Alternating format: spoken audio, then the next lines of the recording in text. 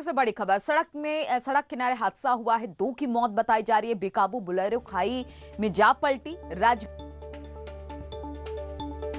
नाम के गांव के पास ये दुर्घटना देर रात की घटना बताई जा रही है, जहां पर यह हादसा हुआ। तो उत्तरकाशी में सड़क हादसे में 2 की मौत हो गई है। सड़क हादसे में 2 लोगों की मौत हुई। किसी तरह से देर रात खाई से लोगों को निकाला गया।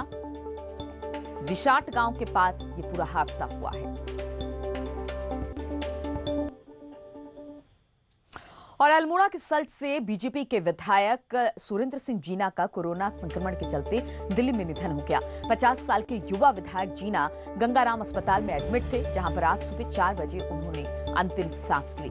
इससे पहले दिल्ली में ही 27 अक्टूबर को जीना की पत्नी का भी हार्ट अटैक से निधन हो गया था। इसके कुछ दिन बाद विधायक जीना की भी तबीयत खराब हुई तो उन्हें अस्पताल में एडमिट कराना पड़ा, जहां उनकी रिपोर्ट कोरोना पॉजिटिव आई।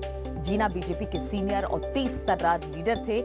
वो सबसे पहले 2007 में अल्मोड़ा की भिकियारी सैंड सीट से विधायक का चुनाव जीते। बाद में परिसीमन में भिकिया सैंड सीट समाप्त हो सल्ट विधानसभा सीट हो गई, जहां से जीना 2012 और 2017 का चुनाव जीते। जीना कुमाऊं से बीजेपी के उन चंद विधायकों में शामिल थे जिनको संसदीय परंपराओं की तो जानकारी बहुत अच्छे से थी। उनका सत्ता पक्ष और विपक्ष दोनों के नेताओं से भी अच्छा संवाद था। बीजेपी के प्रदेश अध्यक्ष बंसीधर भगत ने शोक जताते हुए कहा कि जीना का निधन पार्टी के लिए किसी आघात से कम नहीं। शोक में डूबी बीजेपी ने अपने इस युवा विधायक के निधन पर प्रस्तावित सभी कार्यक्रम को स्थगित कर दिया है।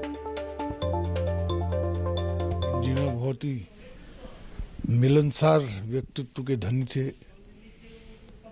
हमारे बहुत अभिन्न मित्रों में से थे। 4 बार के विधायक रहे और बहुत ही हंसमुख इंसान थे। उनके 2 बच्चे हैं। अब हमें चिंता ये लग रही कि उन परिवार का क्या होगा। हमने एक बहुत अच्छा साथी खो दिया। भारतीय जनता पार्टी ने एक बहुत बड़ा कार्यकर्ता खो दिया। देखिए, सुरेंद्र जीना बहुत ही होनहार, कुशल सामाजिक और राजनीतिक कार्यकर्ता थे। उनकी दुखद मृत्यु उनके परिवार के लिए, भाजपा परिवार के लिए और उनके क्षेत्र के लिए बहुत कष्टकारी दुखद घटना है। उत्तराखंड की सल्ट विधानसभा से बीजेपी विधायक सुरेंद्र सिंह जीना की आज दिल्ली में सुबह तड़के कोरोना से मृत्यु हो गई। उनका जो इलाज है पिछले कुछ दिनों से लगातार यहाँ दिल्ली के जो गंगाराम अस्पताल है उसमें चल रहा था। कोरोना से लगातार वो लड़ाई लड़ रहे थे, लेकिन आखिरकार उन्होंने आज वो लड़ाई हार गए और सुबह तड़के तकरीबन 4 बजे के आसपास उनकी जो मृत्यु है वो गंगाराम अस्पताल में हो गई। कुछ दिन पहले उनकी पत्नी की भी मृत्यु हार्ट अटैक से हुई थी, जिसके बाद में उनको गहरा शोक बैठा था। अन्न जल तक उन्होंने त्याग दिया था, जिसके चलते उनकी तबीयत खराब हुई और तबीयत खराब होने के चलते वो कोरोना संक्रमित भी हो गए और उसके बाद उनको गंगाराम अस्पताल में भर्ती कराया गया और आज उनकी जो मृत्यु है वो हो गई। उनको सीधा यहाँ से गंगाराम अस्पताल से निकालकर और जो निगमबोध घाट है वहाँ ले जाया जाएगा, वहीं उनका अंतिम संस्कार किया जाएगा। इससे पूरे भाजपा में शोक की लहर है। कैमरा पर्सन प्रहलाद के साथ पवन गौड़, रिपोर्टर टीम, दिल्ली। और मुख्यमंत्री त्रिवेंद्र सिंह रावत ने सल्ट विधायक सुरेंद्र सिंह जीना के निधन पर गहरा शोक व्यक्त किया है। मुख्यमंत्री ने कहा कि राज्य ने एक ऊर्जावान और दूरदर्शी नेता को खो दिया है। हाल ही में उनकी पत्नी के निधन पर मैं उनसे उनकी आवाज की गणना हमेशा सक्रिय रहने वाले विधायकों में थी। वो वंचित वर्गों की आवाज मुखर करने वाले तथा अपने विधानसभा क्षेत्र के विकास के लिए हमेशा सतत संघर्षरत रहने वाले जनसेवक थे। मुख्यमंत्री ने दिवंगत आत्मा की शांति के लिए ईश्वर से प्रार्थना की और शोक संतप्त परिवार को इस दुख की घड़ी में धैर्य प्रदान करने की कामना की।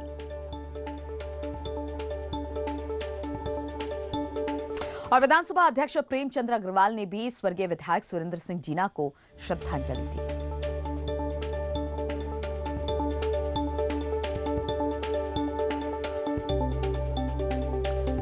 तो तमाम बीजेपी के जो नेता हैं वो शोक संतप्त हैं और बीजेपी विधायक इस दौरान सभी ने यही कहा कि लगातार ये आम लोगों की आवाज बने रहे और इनके जाने से बीजेपी को बड़ी क्षति हुई है उत्तराखंड में।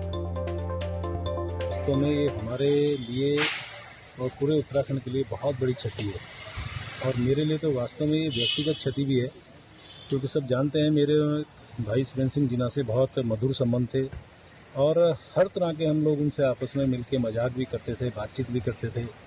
वो हंसता हुआ चेहरा अब हमारे बीच से चला गया। और देहरादून में न्यूज 18 की खबर का बड़ा असर हुआ है। यहाँ पर खूब चलने के बाद पुलिस प्रशासन हरकत में आया है। आपको बता दें कि कल पलटन बाजार में मास्क नहीं पहनने पर चालान काट रही थी, लेकिन सबसे बड़ी बात यह कि कल स्वास्थ्य विभाग की सैंपल मास्क लोगों का सैंपल कलेक्ट कर रही थी। हालांकि आज सैंपल कलेक्ट कर रहे स्वास्थ्य विभाग टीम आज पीपीई किट के साथ ही मास्क पहने नजर आई।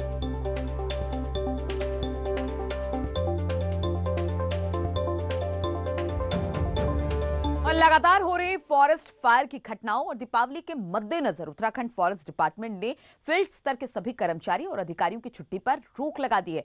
फॉरेस्ट चीफ रंजना काला ने गुरुवार को इसके लिए आदेश भी जारी किए। दीपावली के दौरान किसी भी तरह के प्रशिक्षण कार्यक्रम में भाग लेने पर भी रोक लगा दी गई है।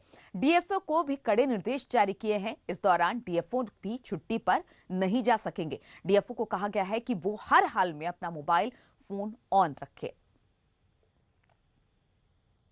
हाँ, हमने अभी जारी कर दिया है कि क्योंकि छुट्टी 2-4 दिन दिवाली की छुट्टियां हैं, तो उस पर भी देखें कि स्टाफ को बहुत ज़्यादा छुट्टी ना दें। और क्योंकि दिवाली के टाइम पे पटाखे उस तरह का रहता है, तो उसमें भी विशेष ध्यान दें कि किसी प्रकार की अग्नि दुर्घटना ना हो, और यदि होती है तो उसको तुरंत कार्रवाई करें। खटीमा झनकैया थाना क्षेत्र में जिंदा व्यक्ति को मृत दिखाकर जमीन कब्जाने का मामला सामने आया है। पुलिस के मुताबिक 125 एकड़ जमीन के मालिक को मृतक दिखाकर फर्जी दस्तावेज बनाए गए। मामले में पुलिस ने 15 से ज्यादा लोगों पर मुकदमा दर्ज किया। वहीं जमीन खेतीबाड़ी कर रहे किसान जमीन खरीदने के दस्तावेज दिखाते हुए दूसरे पक्ष पर जमीन के रुपए लेकर ब्लैकमेल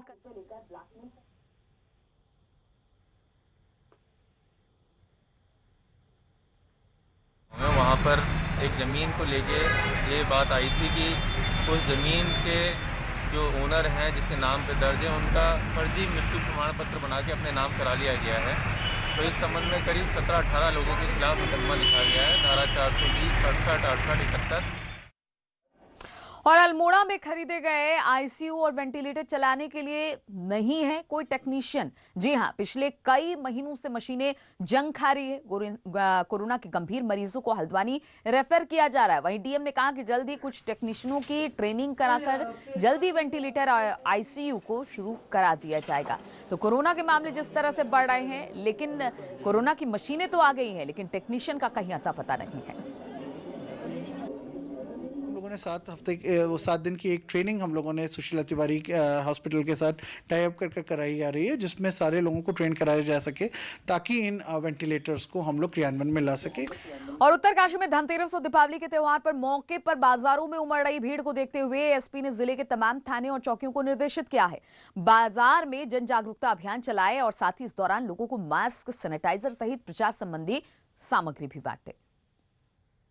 महत्वपूर्ण चीज़ है, इसमें कोविड को देखते हुए जो गाइडलाइंस आई है उसको ध्यान में रखते हुए सभी थाना चौकियों को पंपलेट और जो आपका मटेरियल दिया गया है। इसके अलावा हम लोग जो बैरियर हैं वो भी लोकल लैंग्वेज में बना रहे हैं और उनमें से 16 हमारे लग भी चुके हैं और 24 अभी और बैरियर बन रहे हैं। इसमें मास्क और सोशल डिस्टेंसिंग को लेकर के लगातार कार्रवाई चल रही है। इसमें जो चालान हो रहे हैं उसमें साथ में 4 मास्क उनको दिए जा रहे हैं और साथ में अवेयरनेस का मटेरियल भी दिया जा रहा है जिससे जागरूकता की जा सके। और कोटद्वार में पटाखा व्यापारियों के विरोध के बाद आखिरकार प्रशासन को व्यापारियों की बात माननी पड़ी। लगातार हो रहे विरोध को देखते हुए प्रशासन ने कोटद्वार बाजार के कुछ इलाकों में पटाखे बेचने की परमिशन दे दी है। दरअसल प्रशासन की ओर से इस साल बाजार में पटाखे बेचने पर पूरी तरह से प्रतिबंध लगा दिया गया था, जिसके बाद से ही व्यापारी विरोध पर उतर आए थे। बाजारी क्षेत्र है और घना बसावट वाला क्षेत्र है, उससे हमेशा पटाखे की दुकान दूरी लगनी चाहिए। इसीलिए मद्देनजर कुछ स्थान चिन्हित किए थे। हालांकि जो कुछ स्थान चिन्हित किए उनमें कुछ स्थानों पे व्यापारी गणों को आपत्ति इस आधार पे कि थोड़ा वो शहर से दूरी पर स्थित है तो उनको सामान लाने ले जाने में दिक्कत है। इसको देखते हुए उनके द्वारा 1-2 स्थान और इस तरह के जो खुले स्पेस पर हैं वो सुझाए गए हैं। और रुकेंगे यहाँ पर छोटे से ब्रेक के लिए, बहुत जल्द लौटते हैं कुछ और खबरों के साथ। फिर से आप सभी दीपावली की बात हो और नैनीताल की मोमबत्ती की बात ना हो, ये कैसे हो सकता है। हम आपको बता दें कि दीपों के पर्व अधूरा सा लगता है, लेकिन इस बार कोरोना का असर नैनीताल के कैंडल उद्योग पर भी पड़ा है।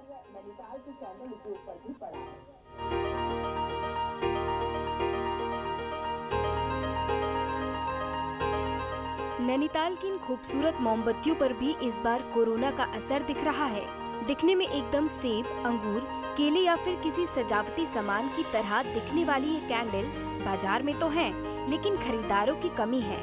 दिवाली पर भी मोमबत्तियां नहीं बिक पा रही हैं, जिसको देखते हुए परेशान कारोबारी अब सरकार से ही टैक्स में छूट की मांग कर रहे हैं। बहुत घाटा हो रहा है। जो लोन ले रखा था हमने, हम वो लोन नहीं दे पा रहे हैं और कई दिक्कतें का सामना करना पड़ा। अगर टैक्स माफ हो जाए और अच्छी बात हो जाए।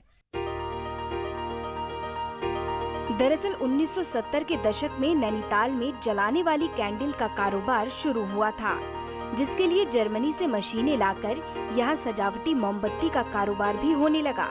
समय के साथ साथ इनकी खूबसूरती में भी निखार आया और टी लाइट, नेचुरल दिया, फ्लावर, अरोमा कैंडल, पानी वाली कैंडल पर्यटकों की भी पसंद बनी।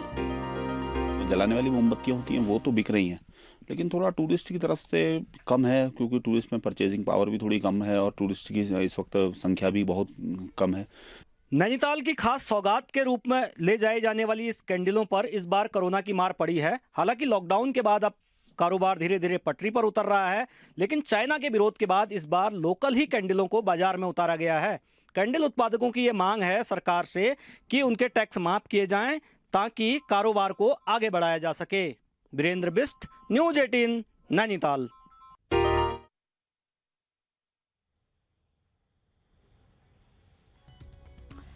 तो मोमबत्ती व्यापार पर कोरोना का असर देखने को मिला है। और नैनीताल की बात की जाए और नैनीताल की मोमबत्ती की बात ना की जाए किसे कैसे हो सकता है। दीपावली का समय है और यहाँ पर बड़ी खूबसूरत मोमबत्तियां मिलती हैं। जब आप नैनीताल जाएंगे तो यहाँ से आप तरह तरह के मोमबत्ती को परचेस कर सकते हैं, चाहे वो नॉर्मल मोमबत्ती हो या फिर तरह तरह की खुशबू वाली मोमबत्तियां। और दीपावली के त्योहार के चलते खाद्य सुरक्षा विभाग द्वारा भी लगातार छापेमारी की जा रही है। अभी तक 46 खाद्य पदार्थों के सैंपल जांच के लिए भेज दिए गए हैं। तो विदाउट लाइसेंस खाद्य पदार्थ बेचने वाले 35 लोगों को नोटिस भी दिया गया है। वहीं कोविड के अवेयरनेस के लिए मिठाई के डिब्बों पर बाहर अवेयरनेस चिट लगाने के निर्देश भी दिए गए हैं।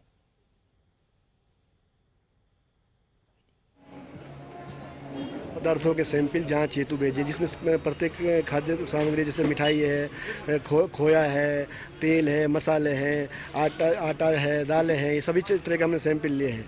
और दुकानदारों को निर्देश दिया गया है कि आप साफ सफाई का विशेष ध्यान है और मिलावट अगर कहीं संदेह होता तो उस तरह की मिठाई ना बेचें।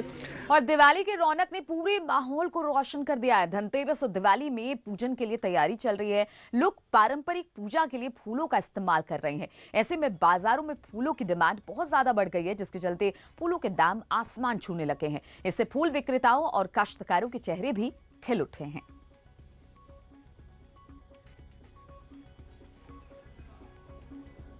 सबसे ज़्यादा गेंदे की डिमांड होती है। फूलों में सबसे ज़्यादा गेंदे की डिमांड होती है। हरा पत्ता बिकता है, बाकी गुलाब तो बिकता ही है। कमल का फूल, गेंदा आज से पिछले 2 महीनों से 120-130 रुपए किलो चल रहा है। तो संभव है कि दिवाली में भी शायद यही रहे। दिवाली का त्यौहार आते ही बाजारों में घर की सजावट के तरह तरह के सामान नजर आते हैं। बाजार नकली फूलों की वैरायटी से जगमग करने लगते हैं, लेकिन नकली फूलों पर हमेशा ही असली फूलों की महक भारी पड़ती है। दिवाली, धनतेरस में घर को फूलों के सजाने की जो परंपरा है, उसके चलते दिवाली में गेंदे और कमल की डिमांड काफी बढ़ जाती है। ऋषिकेश से आशीष डोभाल, न्यूज 18। और कॉर्बेट टाइगर रिजर्व की रामगंगा नदी में फरवरी माह में जलीय जीवों की गणना हुई, जहां पर साल 2008 में 128 घड़ियाल थे। वहीं अब ये संख्या 75 पर सिमट गई है, जबकि उदबिलाव की संख्या 2008 में 158 थी, जो अब 133 रह गई है। 25, 26, 27 को पुनः जो हमारे जलीय जीव हैं उनकी गणना की जाएगी और देखा जाएगा कि जो जलीय जीव हैं वो सफिशिएंट हैं या उनकी संख्या में जो है कोई कमी आई है। और हल्द्वानी में हिंदू मुस्लिम एकता की जीती जागती मिसाल है 117 साल के लल्ला मियां, जिनके हाथ से बने बतासे मां लक्ष्मी को चढ़ाए जाते हैं।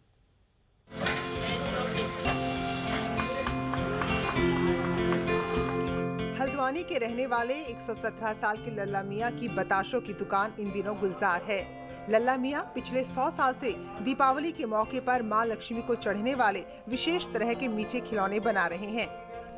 खास बात यह है कि पहले लल्ला मियां के पिता, फिर खुद लल्ला मियां, उसके बाद उनका बेटा और अब पोता इस काम को आगे बढ़ा रहा है। मेरी उम्र 117 वर्ष हो गई है। ये मेरे वाले से काम होता आया है। अब मेरी चौथी पीढ़ी में काम है। अब मेरा पोता कर दिया है।